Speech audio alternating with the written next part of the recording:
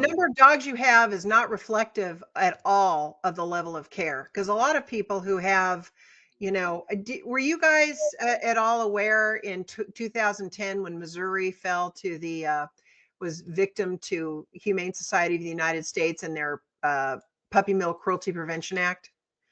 Because it was all about that. It was all about, the term puppy mill, and it all came out on Twitter when HSUS put a tweet out basically saying that anybody who breeds even 1 litter of dogs a year is a puppy mill. If you sell for profit, then you're a puppy mill. So it's not about the number of dogs you own. They try to make it like high volume breeder, and a lot of legislation uses that phrase, which we always strike. What's considered a high volume breeder? That's dumb. And like you said, sometimes people have help, and it's not relative at all to the and look, we used to live up down the street from somebody who had 1 dog, and they did a terrible job of caring for 1 dog.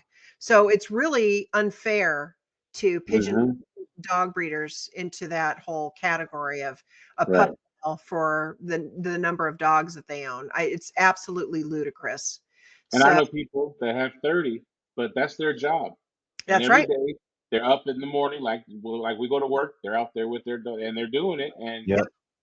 you know, Yeah, that's half of our membership are dog breeders who are exactly as you describe, and they are dedicated full time to caring for their dog kennel and their dogs. That's right. That's You know, when we were fighting that campaign in Missouri, we had a campaign office in Chesterfield, Missouri, which is just outside of St. Louis, and we had dog breeders from all over the state that would come to the office to stuff envelopes and make campaign calls and do what campaigns do.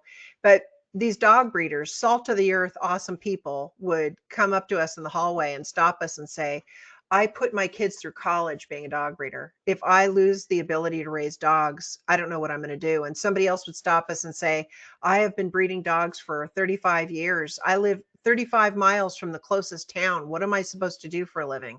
And or somebody would say, I love what I do.